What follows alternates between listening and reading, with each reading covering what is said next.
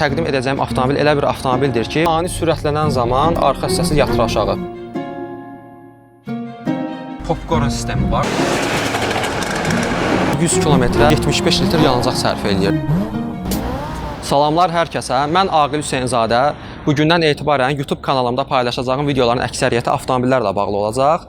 Yəni avtomobillərin gücü barəsində məlumat, onların sınaq yürüyüşü və eləcə də avtomobili idarə edərkən öz təəssüratlarımı sizinlə bölüşəcəm. Bugün sizə belə təqdim edəcəyim avtomobil elə bir avtomobildir ki, bu avtomobilin sedan versiyası yoxdur. Bu da məncə avtomobilin daha maraqlı olmasına gətirib çıxardır. Və bu avtomobil 4,2 litr həcmli, 8 silindrli və 400 at gücünə malik olan bir avtomobildir. Gəlin avtomobil haqqında qısa bir videonu izləyək, ondan sonra daha ətraflı məlumatlar sizə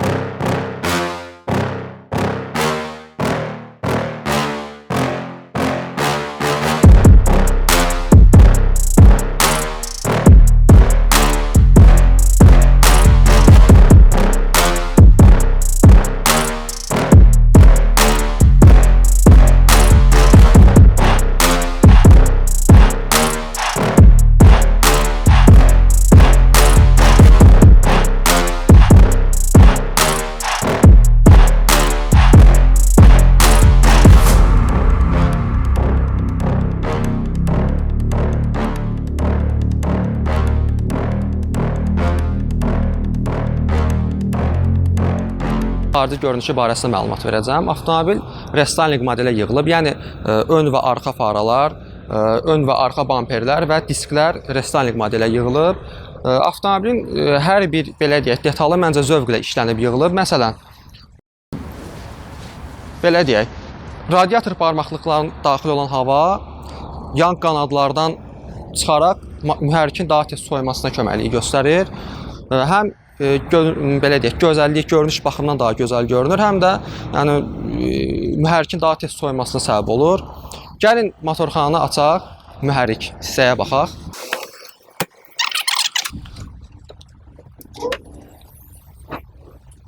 Mühərrikimiz biraz tozlu olsa da, amma güclü bir mühərrikdir. Yəni təkrarlayaq, 8 silindrdir, 4,2 litr həcmli mühərrikdir və 400 at gücünə malikdir. Və avtomobil atmosfer motor deyil, kompresor motordur. Bu da avtomobilin daha güclü olmasına gətirib çıxarır. Ancaq yəni avtomobil 400 at gücünə sahib olsa belə, avtomobilin çəkisi 2,5 tondan biraz artıqdır. Ona görə də yəni bu 400 at gücü avtomobilin o dərəcə sürətli olmasına kömək edə bilmir. Yenə də avtomobil zavod göstəriciləri bəzi saytlarda 7,5 saniyə, bəzi saytlarda 7,6 saniyə qeyd olunur. Sıfırdan 100-ə sürətlənmə və indiki dövrdə də avtomobil o göstəricini belə deyək, göstərə bilir.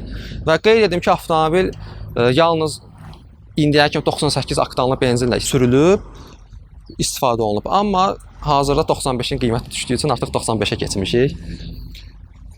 Daha sonra belə deyək, avtomobil ilk alanda motorxana barəsində bu qədər. İndi səs sistemindən danışaq. Nə qədər inanılmaz olsa da bu avtomobil yeni alınanda 100 kilometrə 70-75 litr yanacaq sərf edirdi. Kimə deyirdim, yəni hərə bir söz deyirdi. Deyirdi, ay sensor səhv işləyir və yaxud da düz hesablamırsan. Hərə bir söz deyirdi, amma sağ olsun Vüsal usta bu dərdi tapdı. Yəni deməli avtomobilin katalizatorlarının ön datçikləri işləmirdi. Ön 2 datçik işləmirdi və buna görə də avtomobil yanacağı həddindən artıq 2 dəfə, 3 dəfə artıq işlədirdi. Və sağ olsun Vüsal usta bu bəladan bizi qurtardı. Daha sonra mənim belə deyək, istəklərimdən biri o idi ki, 4.2 motorun 8 silindrin səsini, səs boğucu başlıqlardan çıxan səslərini biz hiss eləyək. Amma təəssüf ki, əvvəl bunu biz hiss eləyə bilmədim o gücün səsini. Daha sonra biz katalizatorlara baxdıq. Gördük ki, katalizatorlarda deməli hava məsamələri, katalizator ortadan çatlayıb və hava məsamələri üst-üstə düşmür deyə hava axını düz getmirdi. Buna görə də həm bu katalizatorun belə qırılması, avtomobilin sürətlənməsi mənfi təsir göstərirdi. Eləcə də səs sistemində belə deyək də səsin zəif çıxmasına təsir göstərir. Bundan sonra yəni istənilən halda bu katalizator çıxmalı idi və katalizatoru çıxartdıq. Yerində amma boşluq kimi bir balon şəklində boşluq qaldı, yəni dəmir hissəsi. Və buna görə də hava axını orada belə düzgün axıb getmədiyinə görə, yəni orada belə deyək, qarmaqarışıqlı olduğuna görə avtomobili xoşagəlməz səslər çıxırdı. Buna görə də yəni o adamı narahat edirdi və bundan sonra bir qərara aldıq ki, həmin o balon kimi hissəni kəsək çıxardaq, yerinə düz turba svarkalayaq ki, səs axını birbaşa olsun, hava axını daha doğrusu. Və bundan sonra avtomobilin gücünü hiss etməyə başladıq. İstəyirəm avtomobili işə salaq və səsinə qulaq asaq, görək səsi realda necə səslənir.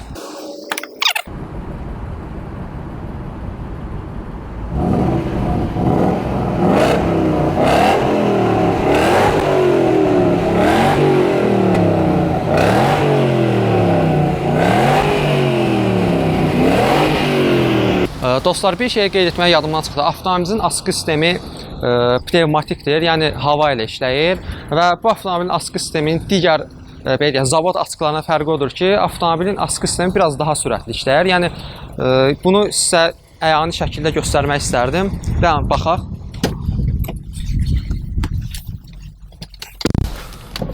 Hazırda orta rejimdədir askı sistemi. Aşağı salaq.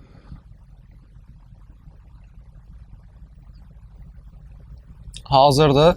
İstəsəz, yəni bu formada avtomobili idarə edə bilərsiniz. Amma avtomobil 35 km/saat sürətini keçəndən sonra avtomobil avtomatik olaraq orta səviyyəyə qalxacaq. Yəni bu aşağı səviyyədə sürə bilməzsiniz. Nə üçün qoyublar bilmirəm. Yəqin video üçün gözəl görünmək üçün saxlayanda və ya bəlkə nəsə başqa bir şeylər üçün, amma yəni maraqlı bir şeydir. Aşağı olanda daha gözəl görünür avtomobil. İndi idarə eləyərkən öz təəssüratlarımızı sizinlə bölüşək. Keçək salona. Əlimizdə belə bir qurğu var. Bu qurğu ilk baxışdan telefona və yaxud da başqa bir şey oxşasa da bu kameradır. Yəni bu kamera da onun üçündür ki, biz məsələn avtomobili hər hansı bir yolsuzluq şəraitində sürəndə və yaxud da belə deyək, yamaya verəndə usta servisdə bunu qarşı tərəfdən qoyuruq. Bu kamera qoşulur. Burada monitorda biz baxa bilirik. Yəni bunun da belə bir özəlliyi var. Sadəcə bateriyası qutarıb yenə göstərə bilməyəcəm. Keçək indi sürüşə başlamamışdan əvvəl bəzi şeylər sizə qeyd edeyim. Avtomobilimizin sükanı ilk baxışdan xoş təəssürat bağışlar. Biraz idman sayığı sükandır, yəni girintili, çıxıntılı. Tutmaq üçün çox rahatdır, ancaq yəni idarə etmədə məncə bir o qədər də yaxşı sükan deyil. Çünki həddindən artıq böyük sükandır. Yəni məncə sükan nə qədər balaca olsa bir o qədər yəni ələ daha yatımlı olar, idarə etmədə daha asan olar. Amma indi belə yəni maşının öz böyüklüyünə, nəhəngliyinə görə sükan da təbii ki iri olmalıdır. Belə yəni ilk baxışdan yaxşıdır, amma yəni balaca olsa daha yaxşı olar. Və bu sükan zavod sükanı deyil, bu sonradan belə deyək, tuning olunub bu formada yığılıb. Siqnal sistemi digər maşınlara fərqli olaraq burada deyil, yəni buradan da pullardan idarə olunur. Sonra avtomobilimizdə DSC off düyməmiz var. Bu düymə o düymədir ki, məsələn belə yağışlı havalarda biraz maraqlı hərəkətlər eləmək üçün, idman sayağı sürüş aparmaq üçün o düymə basdıqda, məsələn döngələrdə qaz verdikdə arxası maşını fırlada bilərik. Amma yəni təbii ki lazımsız şeydir. Bu o zaman lazım olur ki, qarda və yaxud da yolsuzluqda bu sistem tam belə deyək də deaktivləşir və onunla da siz ayağınızı qaza bastığınız anda avtomobil tam gücü ilə təkərlər fırlamağa başlayır və qeyd edim ki, bu avtomobildə yəni sürüşdən hiss olunduğu, belə deyək də, hiss olunduğu qədəri ilə arxa oxlarda güc daha çoxdur ön oxlara nisbətdə. Yəni təxminən arxa oxlarda 70% güc var, qabaq oxlarda 30%. Çünki belə deyək, müəyyən döngələrdə ani sürətlənəndə hiss edirsiniz ki, maşının arxası sedan avtomobillərdəki kimi oynamaq istəyir. Belə, indi sürüşümüzə başlayaq. Öz fikirlərimizi bildirək.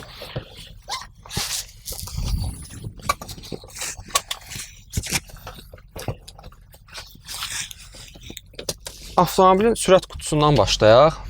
Avtomobilimizin sürət qutusu 6 irəli, 1 geri sürət qutusu ilə təchiz olunub.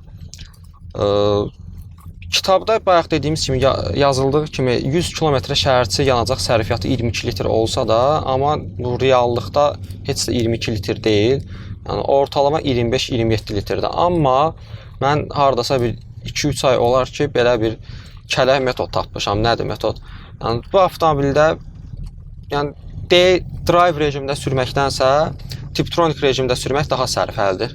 O cəhətdən ki, biz Tiptronic rejimdə özümüz öz istədiyimiz kimi idarə edirik pillələri dəyişmə vaxtını. Yəni məsələn mən bu vaxt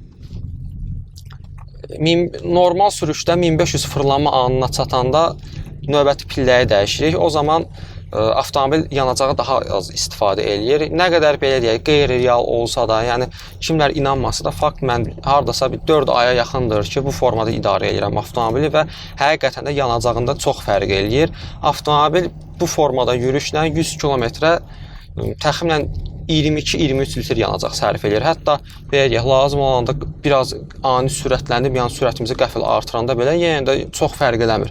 Amma drive rejimində sürəndə avtomobil yəni ortalama 25-27 litr yanacaq sərf edir. Hətta qovanda yanacaq sərfiyyatı 35 litrə kimi də gəlib çatır. Bu da avtomobilimizin məndən sizə bir məsləhət, yəni bu formada sürmək sərf edir.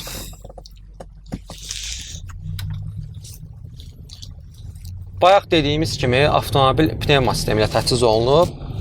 Bu pnevma sistemi yəni bir çox belə deyək, xeyirliyi var ki, yəni o cəhətdən ki, avtomobil çox yumşaq olur. Yəni nahamar yollarda sürəndə belə avtomobil idarə edəndə, yəni avtomobil özünü çox yumşaq aparır. Amma bu avtomobilin bir mənfi xüsusiyyəti var ki, pnevma sistemi qoyublar, amma avtomobilə bu pnevma sisteminin belə deyək də sərtləşdirilməsi üçün bir düymə qoymayıblar ki, yəni belə deyək də avtomobil sanki avtobus idarə edirik. Yəni qəfil ani manevrlərdə avtomobil çox yellənir. Bu da yəni yüksək sürətlərdə çox təhlükəli bir şeydir. Ona görə yəni avtomobilin mənim belə deyək bəyənmədiyim yeganə mənfi xüsusiyyəti budur ki, pnevma askı sisteminin sərtləşdirilməsi üçün bir düymə qoyardılar. Yəni digər maşınlarda olur, amma bu maşına nəyə görə qoymayıblar, yəni mən də bunu bilmirəm. Daha sonra avtomobilimizin belə bir maraqlı cavan sayağı bir xüsusiyyəti var, hansı ki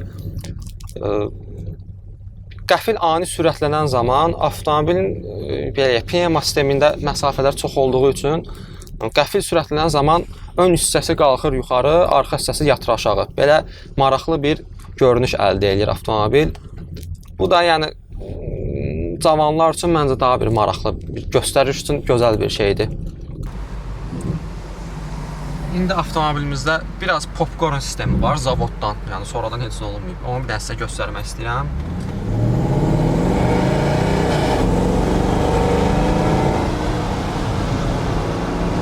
Nədən çatdırıb yavaş-yavaş.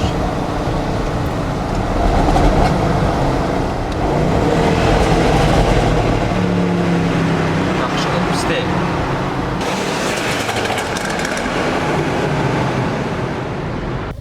Qeyd etdiyimiz kimi avtomobil yanacağı yəni, digər maşınlara nisbətdə normadan daha artıq işlədir. Ona görə yəni, gündəlik sürmək üçün elə də əlverişli deyil. Yəni, və yaxud da yəni, özünüz hesablayın da gərək hər həftə dolu bak eləyib sürəsiz. Ona görə də ya da gündəlik sürsəz gərək sakit rejimdə sürəsiz, qovmayasınız. Çünki qovanda yəni, aşağısı 30 plus olacaq yanacaq işlətməsi. Bir də bayaq qeyd etmək yadımdan çıxdı. Avtomobilinizin yan şüşələri 2 qatı yan şüşələrdir. Bu da bir növ təhlükəsizliyin daha da üstün olmasının göstəricisidir. Avtomobiliniz haqqında danışılasa elə çox sözlər yoxdur. Yəni nə var, demək olar hamısını dedik, sizə maraqlı olan şeyləri. Videomuzu bəyənməyi unutmayın, kanalımıza abunə olun və inşallah karantin imkan versə daha tez-tez çəkilişlər eləyəcəyik. İstədiyiniz hər hansı bir belə deyək, təklifiniz varsa həmin avtomobilləri yaza bilərsiniz bizim rəy bölməmizə və çalışaq ki, həmin avtomobilləri növbəti seriyalarda sizə nümayiş etdirək. Hələlik.